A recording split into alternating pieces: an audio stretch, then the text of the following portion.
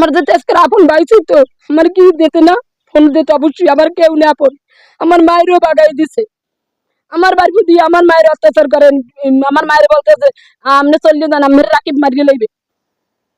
আমার মা ছোটকালে বাড়ি আসছে তখন ডাঙ্গর হয় না আমার মা সেই মা আমার মা ঘর ছাড়িয়ে এখন মানুষের বাড়িতে থাকে স্বামীর পোতা ছাড়িয়ে যাওয়া লাগবে। আমার নাম মোসাম্মদ হনুপা আক্তার। আমার বাসা হইছে শনিগালের ওখানে পাতগড়া থাকি আমি 7 বছর ধরে। জি ভাড়া থাকি আমি এগো অত্যাচারের কারণ এ আমার মানে এই জায়গা জমি লই এই কাউরে চিনি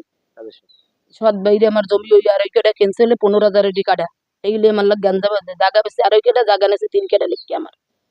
ঠিক আছে এইগুলি আমার কাউ জি আমার বাইফু দিয়ে এগুলো হেরা কাজ করে বাইফুর নাম রাকিব মোল্লা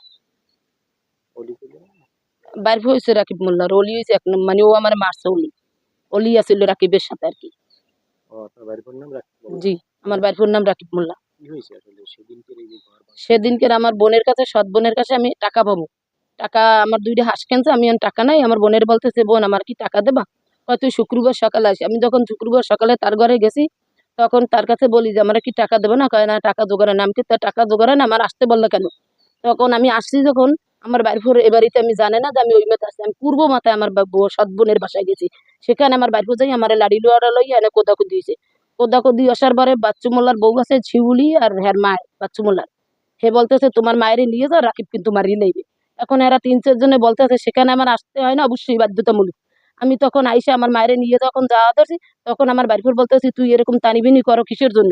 ও উঠে 4-5 জন লই আমার মায়ের শুরু করে দিয়েছে মারতে মারতে আমার ওই রাস্তা পর্যন্ত নিয়ে গেছে তার আগে আমার এই গড়টা ভাঙছে সে সময় আমি এখানে ছিলাম না আমি ছিলাম পাথরগড়া তখন শুনছি আমার গড় পিঠেই ভাঙছে কুদু দিয়ে আমি কোনো এখানে আসিনি ঝগড়া করতে তখন ভাঙছে এই রাকিব মোল্লাই ভাঙছে আর ইমরান আসিল জি ও মানে ওইখানে খারাই দিছে আর ও পিটিছে পরে শেষে ও সারাইছে মানে ও লিলেই দেছে তুই পিঠে আমি আসি আমার মারছে এই 1 মাস হয়েছে আর হ্যার আগে ঘর ভাঙছে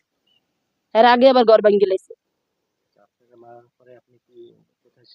আমি হাসপাতালে ছিলাম প্রথম থানায় গেছি থানায় যাওয়ার পর বলছে তোমরা হাসপাতালে ভর্তি আমি হাসপাতালে ভর্তি আসার পরে সেখানে আমি 3 দিন হাসপাতালে ছিলাম থাকার পরে আমার কেউ খোঁজ খবর নেয় না তখন আমি করে বাধ্যতামূলক আমি কেস করি এখন বর্তমানে আমার থানায় তদন্ত চলতে আছে থানায় আমার কেস আছে না আমার সাথে কেউ যোগাযোগ করে না আমার একটা ফোনও দেয় না কেউ আমার যেতে আজকে আপন বাইছি তো আমার কি দিতে না ফোন দিতে অবশ্যই আমার কেউ না আপন আমার মায়েরও বাগাই দিছে আমার বাড়ি দিয়ে আমার মায়ের অত্যাচার করেন আমার মায়ের বলতেছে আপনি চললে যান আমার রাকিব মারিয়ে লইবে আমার মা ছোটকালে বাড়ি আসছে তখন ডাঙ্গর হয় না আমার মা সেই মা আমার মা ঘর ছাড়িয়ে এখন মানুষের বাড়িতে থাকে স্বামীর পোতা ছাড়িয়ে যাওয়া লাগবে না আমি থাকি না এই যে অত্যাচার গুলো রাত্রে আমি যখন ঘুমাই ঘরে তখন দরজা দড়ি ধাক্কা মারে ইটের খোয়া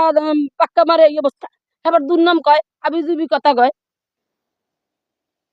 মানে আমি এই জায়গা জানি না থাকি সেই ব্যবস্থাই তারা করতে আছে আমার মাও জানি না থাকে আমার বাড়িও জানি এই জায়গায় না থাকতে পারে সেই ব্যবস্থাই তারা করছে এগুলো ষড়যন্ত্র করে আমার মারি খাওয়াইছে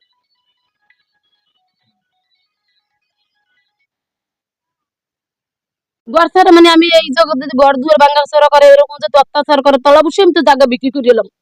আমার তো কেউ না পৌঁছ আমার স্বামীরও হুমকি ধুমকি দিতে আছে বাজারে বসে বলে যে মামলা থানায় চলে তারপরে বলতে আছে কি জেল যখন খাটবো মারিয়ে জেল খাটবো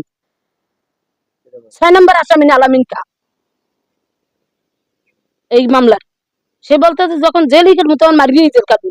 আমি ওখানেও ভয়তে থাকতে পারতেছি না ওখানেও রাত্রে আমার অনেক কিছু অত্যাচার হইতেছে কে আমার বাসায় যায় কে আমার বাসায় আসে এগুলো তদন্ত তারা রাখে